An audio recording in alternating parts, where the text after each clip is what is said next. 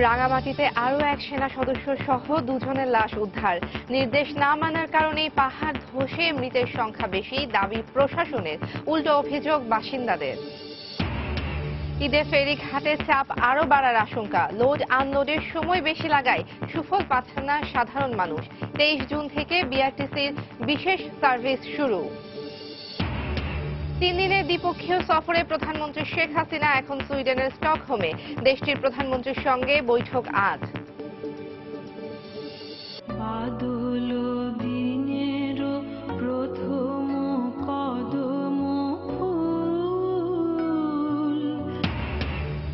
আজ আষাঢ়ের প্রথম দিন, কদম কেয়া আর দোলন চাপা স্নিগ্ধতা নিয়ে হাজির প্রকৃতিতে। নানা আয়োজনে চলছে বর্ষা বরণ। এবং চ্যাম্পিয়ন্স ট্রফির সেমিফাইনালে বিকেলে মুখোমুখি হবে বাংলাদেশ ও ভারত। সমর্থকদের ধৈর্য ধরার আহ্বান মাশরাফির, টাইগারদের ব্যাপারে সতর্ক কোহলি।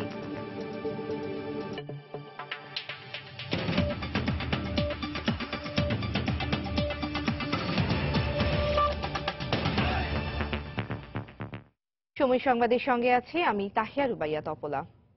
রাঙামাটিতে আরও এক সেনা সদস্য সহ দুজনের লাশ উদ্ধার করা হয়েছে আজ। নিহত সেনা সদস্য হলেন সৈনিক আজিজুর রহমান, তার বাড়ি মাদারীপুরে। সকাল থেকে রাঙামাটির 4টি পয়েন্টে আবারও উদ্ধার কাজ শুরু হয়।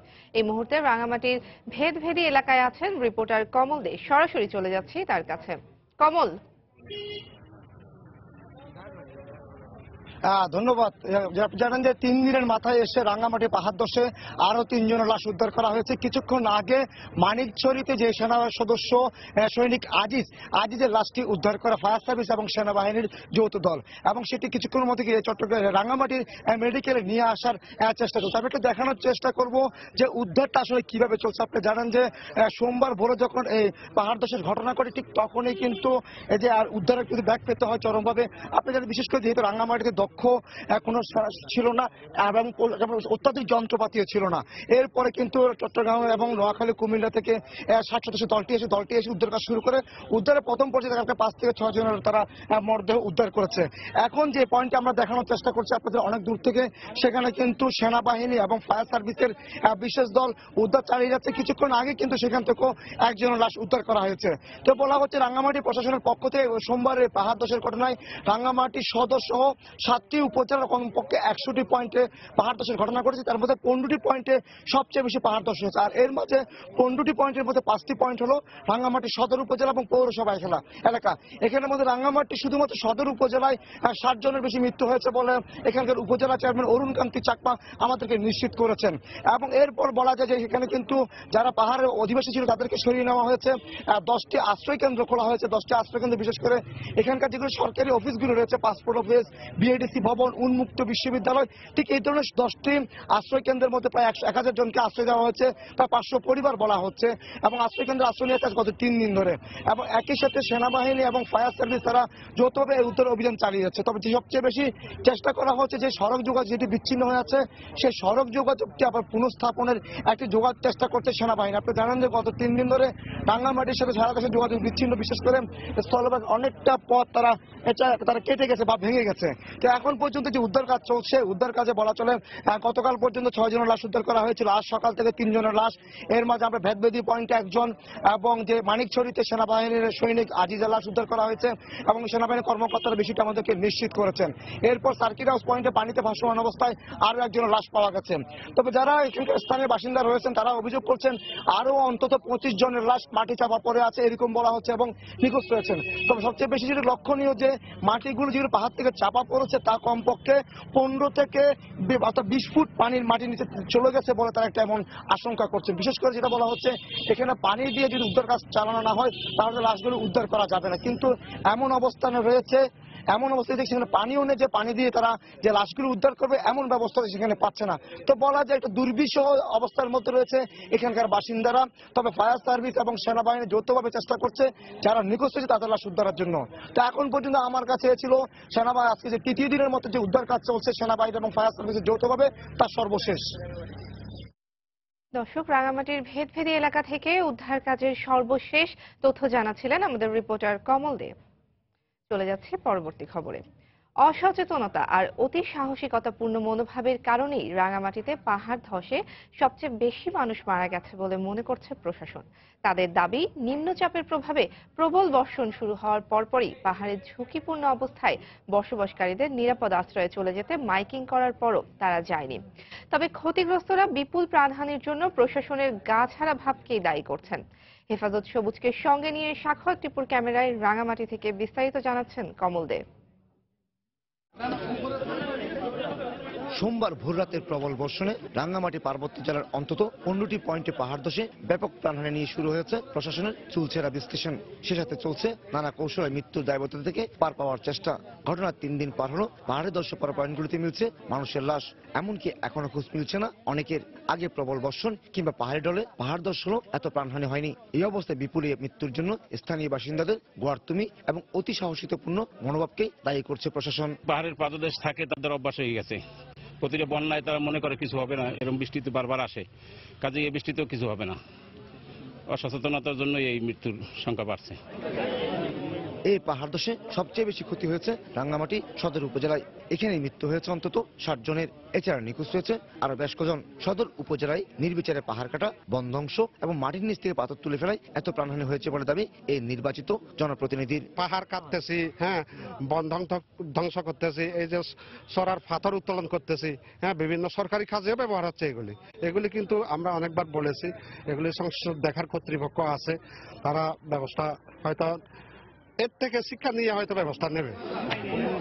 প্রশাসনের পক্ষ থেকে স্থানীয় জনসাধারণের গোয়ার্তুমিকে দায়ী করলো এখানকার মানুষরা তা মানছে না, বরং তারা উল্টো প্রশাসনের গাছারা ভাবকেই দায়ী করছেন। নিরাপদ স্থানে থাকতে বলা হয়েছে, একবারে সরে যাওয়ার জন্য ওইরকম প্রেশার দেওয়া হয়নি। আমরা যেখানে ছিলাম ওইখান থেকে পাওয়ার অনেক দূর, কিন্তু হঠাৎ করে যে ওইখান থেকে আসবে কল্পনাবিহীন। রাঙ্গামাটি পৌরসভার মোট জনসংখ্যার 60% পাহাড়ি ঝুঁকিপূর্ণ অবস্থায় বসবাস করছে। শুধু তাই নয়, 10টি উপজেলার মধ্যে 7টি উপজেলায় 50% মানুষের বসবাস ঝুঁকিপূর্ণ পাহাড়ে। পাহাড় ধসে বিপুল মৃত্যুর দায়বদ্ধতা নিয়ে শুরু হয়ে গেছে জনগণ ও প্রশাসনের পাল্টাপাল্টি অভিযোগ। কিন্তু সকলে বলছে এই মৃত্যু কারো কাম্য নয়। আর এই মৃত্যুর মিছিল রোধ করার জন্য সবার আগে প্রয়োজন পাহাড় কাটা বন্ধের পাশাপাশি পাহাড়ে ঝুঁকিপূর্ণ বসতি স্থাপন বন্ধ করা। কিন্তু এই বিষয়টি নিয়ে যেন প্রশাসন নীরব ভূমিকা পালন করছে অভিযোগ স্থানীয়দের। রাঙ্গামাটি থেকে কমল দে, সময় সংবাদ। গত কয়েকদিনে পার্বত্য অঞ্চলে পাহাড় ধসে প্রাণহানির ঘটনা ঘটলেও এখনো খাগড়াছড়ির জেলা সদরে জীবনের ঝুঁকি নিয়েই পাহাড়ে বসবাস করছেন সহস্রাধিক পরিবার। প্রশাসনের পক্ষ থেকে তাদের সরিয়ে নেওয়ার উদ্যোগ নেয়নি। জেলা প্রশাসক বলছেন, সরকারি সুনির্দিষ্ট নীতিমালা ছাড়া পাহাড়ের পাদদেশে বসবাসকারীদের পুনর্বাসন সম্ভব নয়। খাগড়াছড়ি প্রতিনিধি জিতেন বড়ুয়ার তথ্য ছবি নিয়ে ডেস্ক রিপোর্ট। গাছগুলো যদি ভাঙিয়ে পড়ে তাহলে আমার ঘর তো শেষ একেবারে। আর এই ঘর ছাড়া তো আর কোথাও জায়গা জমি নাই যে থাকার জন্য। রাতে সারা রাত জাগন থাকি আমরা স্বামী স্ত্রী দুজন।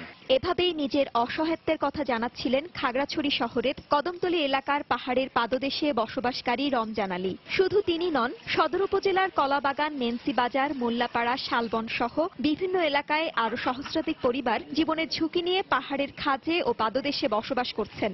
ঘর ভাড়া কম ও অন্য কোথাও থাকার জায়গা না থাকায় বাধ্য হয়েই মরণ ঝুঁকি নিয়ে আতঙ্কের মধ্যেই সেখানে বসবাস করছেন নিম্ন আয়ের মানুষগুলো। পাহাড় কাটা কিংবা পাহাড়ে ঝুঁকিপূর্ণ অবস্থায় বসবাস প্রতিরোধে কঠোর আইন থাকলেও তার কোনো বাস্তবায়ন নেই। পাহাড় ভাঙার পরে আমাদের বড় ঘরে পানি ঢুকতেছে, আমাদের অনেক কষ্ট হইতেছে থাকার জন্য। ফাঁকের ঘর গেছে গা, লেট্রিন গেছে গা, গরু বানতাম ফাঁকের ঘর, গরু করে মাটির তলে পুড়ে গেছে, মাটি চালাই আগে গরু বাড়ি করছি। পাহাড়ে বসবাসকারীদের পুনর্বাসনের ব্যাপারে সরকারি নীতিমালা প্রয়োজন বলে জানালেন জেলা প্রশাসক। পাহাড় কাটা নিষিদ্ধ, আমার এই পাহাড়ি এলাকার মানুষগুলোর বসবাসের জন্য সেক্ষেত্রে কি করণীয়, এই বিষয়গুলো উচ্চ পর্যায় থেকে সুস্পষ্টভাবে কিছু নির্দেশনা আসলে আমার মনে হয় বিষয়টা একটু সুন্দরভাবে সমাধান করা যেতে পারে। জেলায় ছোট বড় পাহাড়ে ঝুঁকিপূর্ণ অবস্থায় বসবাস করছেন প্রায় 50,000 মানুষ। গত 10 বছরে জেলায় পাহাড় ধসে মারা গেছেন 21 জন। সময় সংবাদ, খাগড়াছড়ি। চট্টগ্রামের পাহাড়ে ঝুঁকিপূর্ণভাবে বসবাসকারীদের ক্ষেত্রে কোনো রাজনৈতিক আশ্রয় প্রশ্রয় সহ্য করা হবে না। জড়িতদের কঠোর হাতে দমন করা হবে বলে জানিয়েছেন সড়ক পরিবহন ও সেতু মন্ত্রী ওবায়দুল কাদের। সকালে চট্টগ্রাম নগরীর বাটালি হিল এলাকায় পরিদর্শনকালে তিনি একথা বলেন। রাজনৈতিক প্রভাব, কোনো অবস্থা, কোনো প্রকার হস্তক্ষেপ এখানে সহ্য করা হবে না। এখানে লক্ষ লক্ষ মানুষের জীবনের ব্যাপার, তাদের জীবনের ঝুঁকি আছে। এই ঝুঁকিময় জীবন থেকে তাদের উদ্ধার করার সময় যদি কোনো রাজনৈতিক হস্তক্ষেপ আসে সেটা কঠোরভাবে সেটা দেখা হবে। 3 দিনের দ্বিপক্ষীয় সফরে প্রধানমন্ত্রী শেখ হাসিনা এখন সুইডেনের স্টকহোমে। বুধবার স্থানীয় সময় রাত 9:40 আর্লান্ডা এয়ারপোর্টে পৌঁছান তিনি। শেখ হাসিনাকে স্বাগত জানাতে বিমানবন্দরে জড়ো হন প্রবাসী বাংলাদেশি এবং স্থানীয় আওয়ামী লীগের নেতাকর্মীরা। সুইডেন থেকে বিস্তারিত জানিয়েছেন আমাদের প্রতিনিধি লুৎফর রহমান বাবু। প্রধানমন্ত্রী শেখ হাসিনা বুধবার স্থানীয় সময় সন্ধ্যা 9:30টায় সুইডেন স্টকহোমের আর্লান্ডা বিমানবন্দরে এসে পৌঁছান। বিমানবন্দরে প্রধানমন্ত্রী শেখ হাসিনাকে সুইডেন সরকারের ঊর্ধ্বতন কর্মকর্তা এবং সুইডেনে নিযুক্ত বাংলাদেশের রাষ্ট্রদূত গুলাম সারওয়ার অভ্যর্থনা জানান। বিমানবন্দর থেকে প্রধানমন্ত্রী শেখ হাসিনাকে মোটর শোভাযাত্রা সহকারে স্টকহোমের গ্র্যান্ড হোটেলে নিয়ে আসা হয়। গ্র্যান্ড হোটেলে ইউরোপিয়ান আওয়ামী লীগের নেতৃবৃন্দ এবং অন্যান্য আওয়ামী লীগের নেতৃবৃন্দরা প্রধানমন্ত্রী শেখ হাসিনাকে ফুলেল অভ্যর্থনা প্রদান করেন। বৃহস্পতিবার স্থানীয় সময় দুপুরে প্রধানমন্ত্রী সুইডেন পার্লামেন্ট পরিদর্শনের মধ্য দিয়ে তার সফর শুরু করবেন বলে জানা গেছে। পরবর্তীতে প্রধানমন্ত্রী সুইডেনের প্রধানমন্ত্রী স্টিফেন লফডেনের সাথে আনুষ্ঠানিক বৈঠক এবং মধ্যাহ্নভোজে অংশগ্রহণ করবেন। প্রধানমন্ত্রী এসব বৈঠকে গুরুত্বপূর্ণ বিষয় নিয়ে দ্বিপাক্ষিক আলোচনায় অংশগ্রহণ করবেন। তার সেই আলোচনায় জলবায়ু পরিবর্তন, সন্ত্রাসবাদ সহ অন্যান্য গুরুত্বপূর্ণ বিষয়গুলো স্থান পাবে বলে জানা গেছে। সুইডেনের স্টকহোম গ্র্যান্ড হোটেলের সামনে থেকে মোহাম্মদ লুৎফর রহমান বাবু, সময় সংবাদ।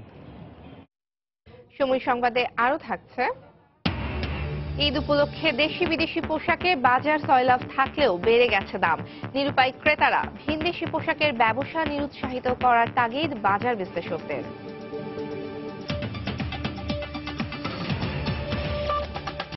রাজধানীর কমলাপুর রেল স্টেশনে সকাল 8টা থেকেই দেয়া হচ্ছে 24 জুনের আগাম টিকিট। বুধবার রাত থেকে টিকিটের জন্য দীর্ঘ লাইনে দাঁড়িয়ে থাকেন দেশের বিভিন্ন অঞ্চলের মানুষ। রাতভর অপেক্ষার পর সকালে টিকিট হাতে পেয়ে উচ্ছ্বসিত হতে দেখা যায় অনেককেই। কয়েকজনকে দেওয়ার পর এসি টিকিট শেষ হয়ে যাওয়ায় ক্ষোভ প্রকাশ করেন অনেক টিকিট প্রত্যাশী। সাধারণ মানুষ বলছেন, ঈদের সড়ক পথে যানজট সহ দুর্ঘটনার ঝুঁকি থাকায় পরিবার নিয়ে ট্রেনে করে বাড়ি ফিরতে চান তারা, আর এজন্যই রাতভর অপেক্ষা করেছেন একটি টিকিটের জন্য। গত 12 জুন থেকে রেলের অগ্রিম টিকিট দেওয়া শুরু হয়। এদিকে বেলা 12টার দিকে কমলাপুর রেল স্টেশন পরিদর্শনে এসে র্যাবের মহাপরিচালক বলেছেন, প্রতিবারের মতো এবারও ঈদে ঘরমুখো মানুষের জন্য বিশেষ নিরাপত্তায় থাকবে তারা। এছাড়াও গুরুত্বপূর্ণ স্থানে র্যাবের বিশেষ ক্যাম্প স্থাপন করা হবে বলেও জানান তিনি।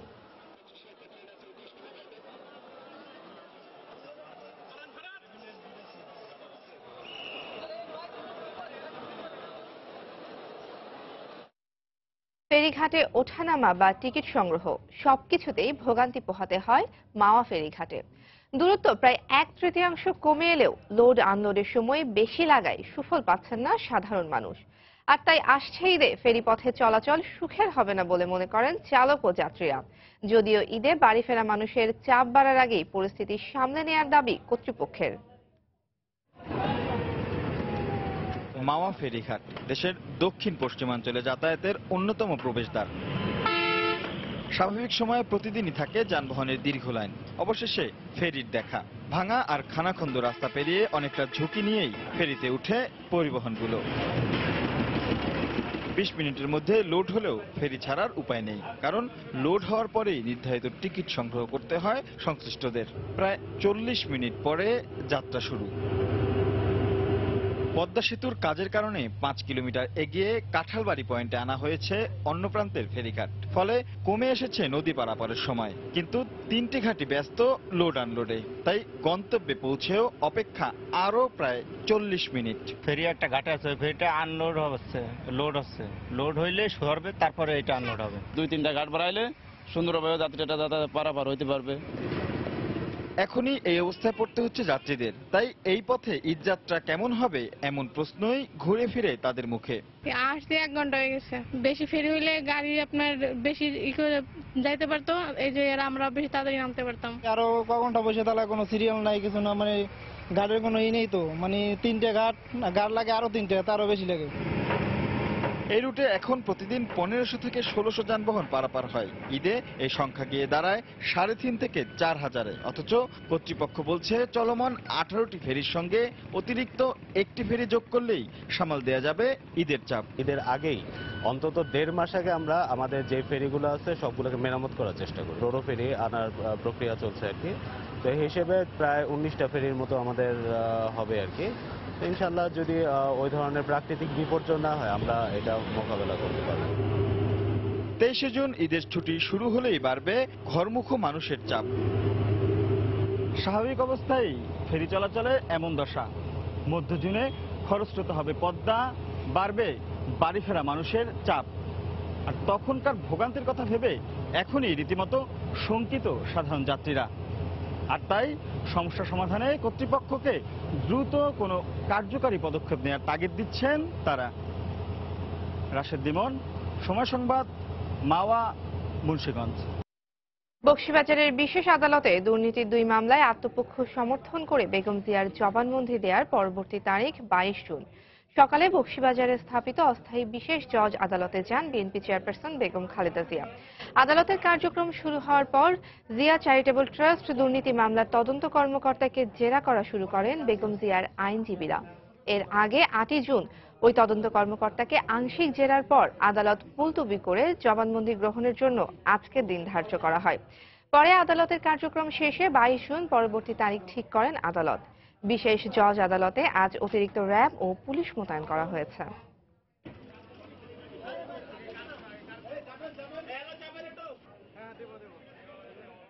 সময় সংবাদে আরো থাকছে। যুক্তরাজ্যের পশ্চিম লন্ডনে বহুতল ভবনের আগুন নিয়ন্ত্রণে, এখনো নিখোঁজ অনেক। সন্ধান মেলেনি একই পরিবারের 5 বাংলাদেশির।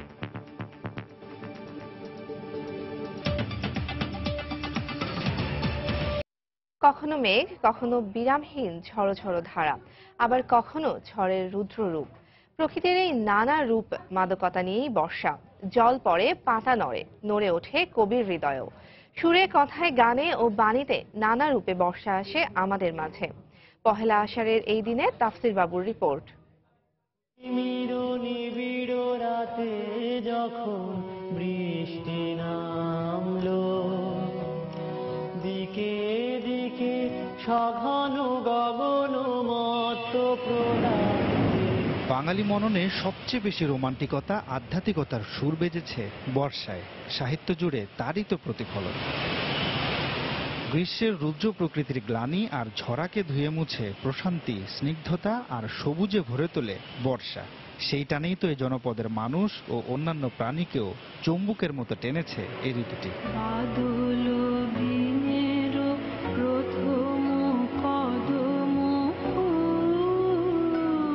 বাদল দিনের প্রথম কদম ফুল প্রতিটি বাঙালির কাছেই যা কেবলমাত্র প্রিয়জনের জন্য, কারণ তার থোকায় থোকায় ফুটে থাকা সৌন্দর্য আর মন মাতানো ঘ্রাণ।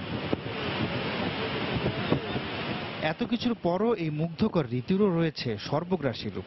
অতিবৃষ্টিতে বন্যা, ঘূর্ণিঝড়, জলোচ্ছ্বাসের মতো প্রাকৃতিক দুর্যোগ মোকাবেলা করে টিকে থাকতে হয়েছে এ জনপদের মানুষকে। তবুও গবেষকদের কাছে বরাবরই মোহমুগ্ধ হয়ে উঠেছে নানা রূপের এই ঋতুটি। কোথায় যেন একটা ভালোবাসার জায়গা থাকে বর্ষায়। কদম ফুল ফোটে, নানা রকম প্রকৃতিতে পরিবর্তন ঘটে, নাগরিক জীবনে বিড়ম্বনা হয়, তবু বর্ষা আমাদের কাছে প্রত্যাশিত। বর্ষা এলেই আমরা খুশি হই, বর্ষা এলেই সেই কবির মতন বলতে ইচ্ছে হয়, এমনও দিনে তারে বলা যায়, এমনও ঘনঘোর বরিশায়। বর্ষায় ধুয়ে যাক জীবনের সব ক্লেদ, ভালোবাসায় পূর্ণ হয়ে উঠুক প্রকৃতি আর মানব মন। বর্ষাকে ঘিরে এমন প্রত্যাশাই যেন সবখানে। তাফসির বাবু, সময় সংবাদ, ঢাকা। এদিকে বাংলা একাডেমি নজরুল মঞ্চে উদীচী সাংস্কৃতিক গোষ্ঠীর আয়োজনে গান, কবিতা ও নাচে বরণ করা হয় বর্ষা ঋতুকে। আষাঢ়ের প্রথম দিবসে বৃষ্টির সাথে সুরের মূর্ছনায় বিমোহিত হয়েছেন নগরবাসী। নাগরিক মনকে বর্ষার ছোঁয়া দিতে বাঁশির সুরের মূর্ছনায় শুরু হয় বৃষ্টি বন্দনা। এরপর বর্ষা বন্দনা চলে দলীয় সঙ্গীত, নৃত্য আর আবৃত্তির মূর্ছনায়, যেন গ্রীষ্মের দাবদাহের পর বর্ষার সজল আহ্বান।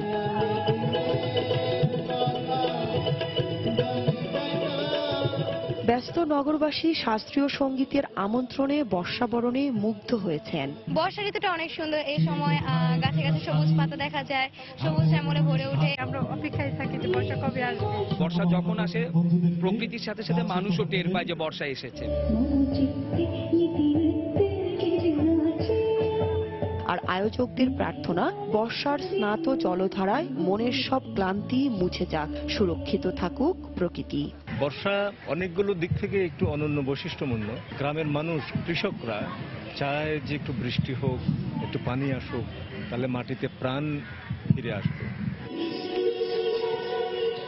প্রাকৃতিক দুর্যোগ মোকাবেলায় পরিবেশের প্রতি সচেতনতার বার্তাও দেয়া হয় এ বর্ষাবরণ উৎসবে। মৌসুম ইসলাম, সময় সংবাদ, ঢাকা। 950 বাস নিয়ে সারা দেশে ঈদের যাত্রী পরিবহন করবে বিআরটিসি। সরকার নির্ধারিত ভাড়া কার্যকরের পাশাপাশি এবার বেসরকারি পরিবহনকেও কারিগরি সহায়তা দেবে সংস্থাটি। কর্তৃপক্ষ জানায় 23 জুন থেকে সপ্তাহব্যাপী বিশেষ সার্ভিস চালু হলেও আগাম টিকিট ছাড়া হবে 20 তারিখে। মিজানুর রহমান খবিরের রিপোর্ট। ঈদকে সামনে রেখে যাত্রী পরিবহনের জন্য প্রস্তুতি চলছে বিআরটিসির বিভিন্ন ডিপোতে। প্রায় সবগুলো গাড়ি বর্তমানে বিভিন্ন রুটে চলাচল করায় অবসর সময়ে মেরামত করার কথা জানায় বিআরটিসির প্রকৌশল বিভাগ। এতে কাজে কিছুটা সমস্যা হলেও নির্ধারিত সময়ে কাজ শেষ করার আশাবাদ তাদের। সামনের চাকা একদম নতুন চাকা দেওয়া হচ্ছে, যেগুলো 15,000 কিলোমিটার পার হয়ে গেছে তার সেগুলো বদলে নতুন চাকা দেওয়া হচ্ছে। সংশ্লিষ্টরা জানান ঈদের সময় 900টি এসি নন এসি বাস নিয়মিত চললেও ঢাকা জোনের 9টি ডিপোতে আরো কিছু গাড়ি প্রস্তুত করা হচ্ছে জরুরি অবস্থা মোকাবেলা করার জন্য। বরিশাল ও চাঁদপুরে চালু করা নতুন রুটে গাড়ি সংখ্যা বাড়ানোর আশ্বাস দেয় প্রতিষ্ঠানটি। যে সকল বাস দূরপাল্লায় যাবে সেই বাসগুলি শতভাগ মেরামত করে ফ্যান, লাইট, এসি কমপ্লিট করে যাত্রীদের নিরাপদে আরামদায়ক ভ্রমণের জন্য আমরা চেষ্টা করে যাচ্ছি। যখনই কোনো ক্রাইসিস মুভমেন্ট তৈরি হবে, জনগণ বেসরকারি পরিবহন মনোপলি ব্যবসা করতে চাবে, তখনই বিআরটিসি তাদের গাড়িগুলি সরকার নির্ধারিত ভাড়ায় বিভিন্ন গন্তব্যে ঘরমুখী যাত্রীদেরকে পৌঁছে দেওয়ার অবস্থা নেবে। অগ্রিম টিকিট ছাড়াও কোনো ব্যক্তি বা প্রতিষ্ঠান চাইলে বাস ইজারা নিতে পারবেন ঈদ যাত্রী পরিবহনের জন্য। বিগত সময়ের চেয়ে এবার প্রকৌশল খাতে বেশি গুরুত্ব দেওয়ার কথা জানান বিআরটিসি চেয়ারম্যান। ফিটনেস, গাড়ির মেশিনের যে মান বা এটা দূরে যেতে পারবে, আসতে পারে, এরকম একটা পরীক্ষার মাধ্যমে কিন্তু আমরা পাঠাই। কারণ আমাদের একটা হাই পাওয়ার টেকনিক্যাল একটা টিম আছে, যেটি সেনাবাহিনীর একজন কর্নেলের নেতৃত্বে আমাদের টেকনিক্যাল উইং আছে। বিআরটিসি জানায় বাসগুলো বেশিরভাগ ইজারা দেয়া হলেও যাত্রীদের কাছ থেকে বেশি ভাড়া নেওয়া বা অন্য কোনো হয়রানি বন্ধে 3টি টিম সার্বক্ষণিক কাজ করবে ডিপোগুলোতে। মিজানুর রহমান খবির, সময় সংবাদ, ঢাকা। মেরামত ও সংস্কারের অভাবে যান চলাচলের অনুপযোগী হয়ে পড়েছে রাজবাড়ীর দৌলতদিয়া কুষ্টিয়া মহাসড়ক। এলাকাবাসী জানায় সড়কটির প্রায় 20 কিলোমিটার এলাকা জুড়ে শতাধিক খানাখন্দক সৃষ্টি হওয়ায় প্রায়ই ঘটছে দুর্ঘটনা। সামান্য বৃষ্টিতে জলাবদ্ধতা সৃষ্টি হওয়ায় বিপদ হয়ে পড়ছে যানবাহন। সড়কটি দিয়ে ফরিদপুর, যশোর, বরিশাল, খুলনা সহ দক্ষিণ অঞ্চলের বেশ কয়েকটি জেলায় যান চলাচল করে থাকে। এই অবস্থায় সড়কটি দ্রুত মেরামত ও সংস্কারের দাবি জানিয়েছে স্থানীয়রা। তবে শিগগিরই মেরামত কাজ শুরু হবে বলে জানিয়েছেন সড়ক ও জনপদ বিভাগের নির্বাহী প্রকৌশলী।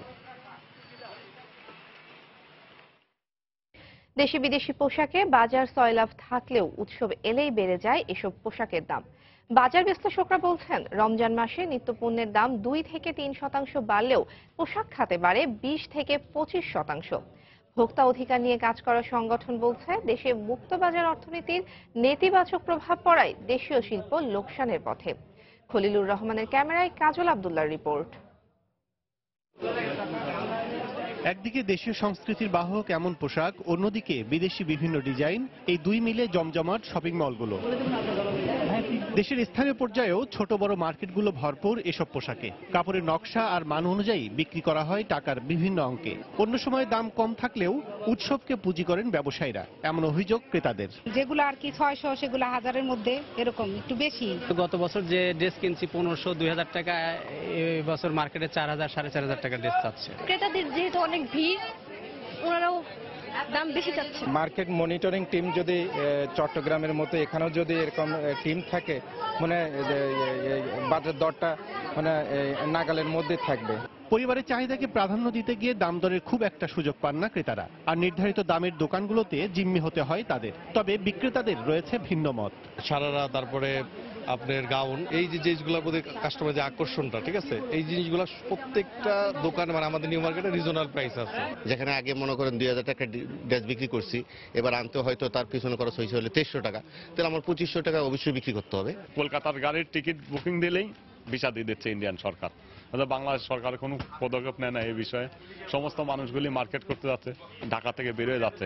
বাজার বিশ্লেষকরা বলছেন আয়ের উল্লেখযোগ্য একটি অংশ এ মাসে ব্যয় হয় শুধু পরিবার পরিজনের ঈদ কেনাকাটায়। ভোক্তা অধিকার নিয়ে কাজ করা সংগঠন ক্যাপ বলছে দেশীয় শিল্প রক্ষায় ভিনদেশি পোশাকের ব্যবসা নিরুৎসাহিত করতে হবে। রমজান মাস আসলে যে পোশাকের দাম যে হারে বেড়ে যায়, বোনাস থেকে শুরু করে একটা বিরাট অংশ কিন্তু আপনার সেই জায়গাটা যায়, সেখানে কিন্তু আপনারা দেখবেন যে সারা বছরের তুলনায় অনেক দাম বেড়ে যাচ্ছে। এক শ্রেণীর মানুষের ভারতীয় এবং পাকিস্তানি পোশাকের প্রতি অতি আগ্রহ আছে।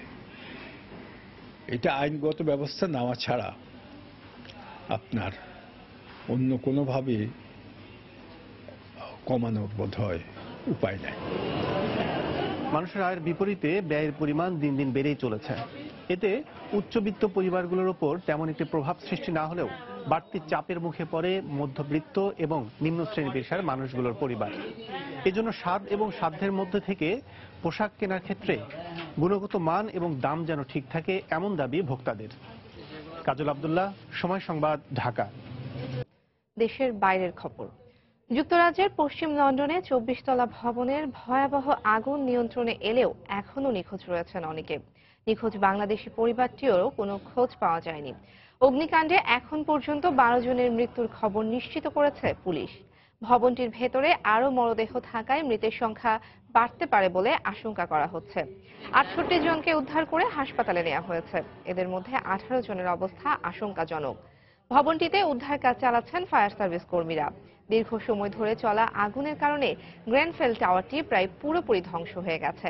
ক্ষতিগ্রস্তদের সহায়তায় এগিয়ে এসেছেন লন্ডন সহ আশেপাশের এলাকার সাধারণ মানুষ।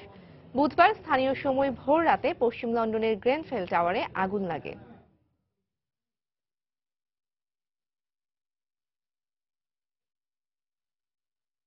যুক্তরাষ্ট্রের পশ্চিমাঞ্চলীয় রাজ্য ক্যালিফোর্নিয়ার সান ফ্রান্সিসকোতে একটি গুদামে কর্মচারীর গুলিতে 3 সহকর্মী নিহত হয়েছেন। পরে হামলাকারী আত্মহত্যা করে। পুলিশ জানায় বুধবার ওই ব্যক্তি হঠাৎ করে সহকর্মীদের উপর এলোপাতাড়ি গুলি ছোড়ে। খবর পেয়ে পুলিশ ঘটনাস্থলে পৌঁছে হামলাকারীকে নিবৃত্ত করার চেষ্টা করলে আত্মহত্যা করে সে। হামলাকারীর মানসিক বিকারগ্রস্ত নাকি পূর্বশত্রুতার জেরে হামলা তা খতিয়ে দেখা হচ্ছে। এদিকে একই দিন দক্ষিণ পূর্বাঞ্চলীয় রাজ্য ভার্জিনিয়ায় রাইফেল নিয়ে এক দুর্বৃত্তের হামলায় কংগ্রেসের রিপাবলিকান হুইপ সহ 5 জন গুলিবিদ্ধ হয়েছেন। বুধবার সকালে রাজ্যের আলেকজান্দ্রিয়ায় বেসবল খেলার অনুশীলনের সময় এক বন্দুকধারী এলোপাতাড়ি গুলি ছোড়ে। রিপাবলিকান নেতা স্টিভ স্ক্যালিস আহতের ঘটনায় দুঃখ প্রকাশ করেছেন মার্কিন প্রেসিডেন্ট ডোনাল্ড ট্রাম্প। আহতরা শঙ্কামুক্ত বলে জানিয়েছেন চিকিৎসকরা। হামলাকারীকে ঘটনাস্থল থেকেই আটক করেছে পুলিশ।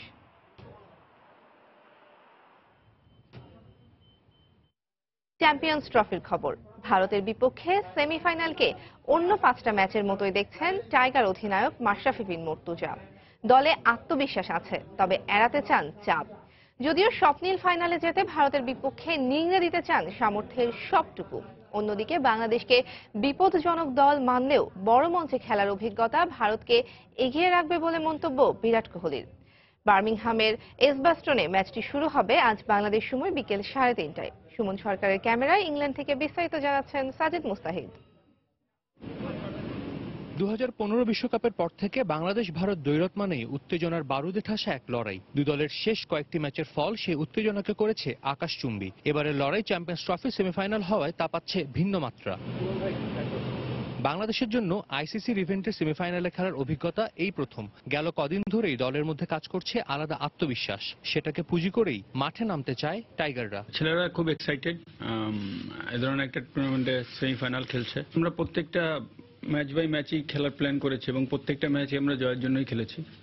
এটা একটা আলাদা ম্যাচ, এই ম্যাচের হাইপ অনেক থাকবে, এটা খুবই স্বাভাবিক, কিন্তু অবশ্যই লক্ষ্য থাকবে ম্যাচটা ভালো খেলা জেতার। বাট আমাদের প্রথম কাজটা হবে যে রিল্যাক্স থেকে ম্যাচটা খেলা।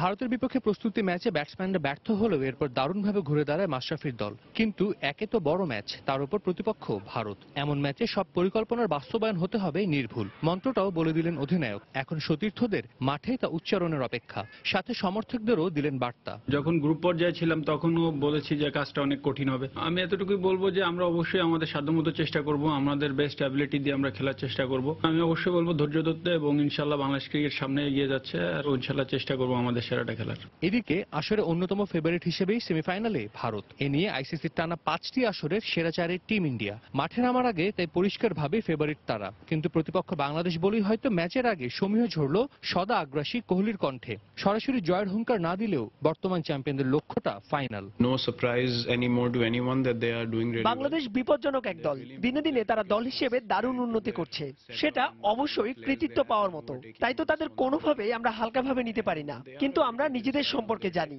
বড় মঞ্চে খেলার অভিজ্ঞতা আছে ছেলেদের, যা অবশ্যই কাজে দেবে আমাদের। Any opposition for granted. এজবাস্টনের উইকেট ব্যাটিং সহায়ক হলেও বাংলাদেশ দলে পরিবর্তন আসার সম্ভাবনা নেই। 7 ব্যাটসম্যান আর 4 পেসার নিয়ে মাঠে নামবে টাইগাররা। ভারতও ধরে রাখতে পারে উইনিং কম্বিনেশন। চ্যাম্পিয়ন্স ট্রফির সেমিফাইনাল নিঃসন্দেহে বাংলাদেশের ক্রিকেট ইতিহাসের সবচেয়ে বড় ম্যাচ। প্রতিপক্ষ ভারত হওয়ায় এই ম্যাচ ঘিরে আবেগের বিচ্ছুরণ থাকবে ঢাকা থেকে বার্মিংহাম পর্যন্ত। কোহলিরা দল হিসেবে হতে পারে শক্তিশালী, তবে নিজেদের দিনে টাইগাররা তো অপ্রতিরোধ্য। স্বপ্নের ফাইনালে যেতে প্রার্থনা ঠিক তেমনই একটি দিনের।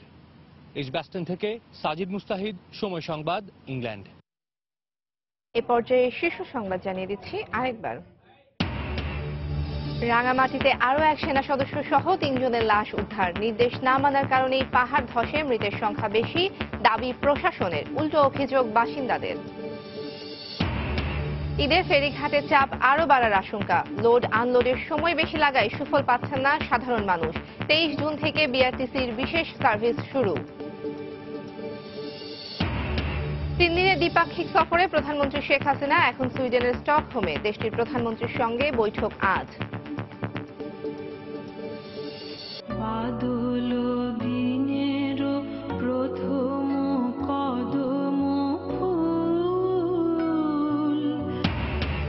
আজ আষাঢ়ের প্রথম দিন। কদম কেয়া আর দোলন চাপার স্নিগ্ধতা নিয়ে হাজির প্রকৃতিতে। নানা আয়োজনে চলছে বর্ষাবরণ।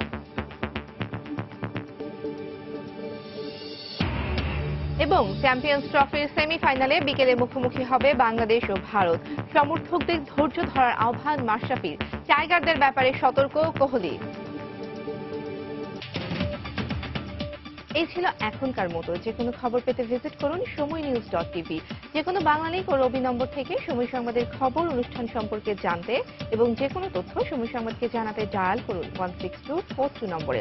এছাড়া এইমাত্র পাওয়া খবর মোবাইলে পেতে SMS করুন *BN লিখে পাঠিয়ে দিন 16242 নম্বরে। সঙ্গে থাকুন সময়।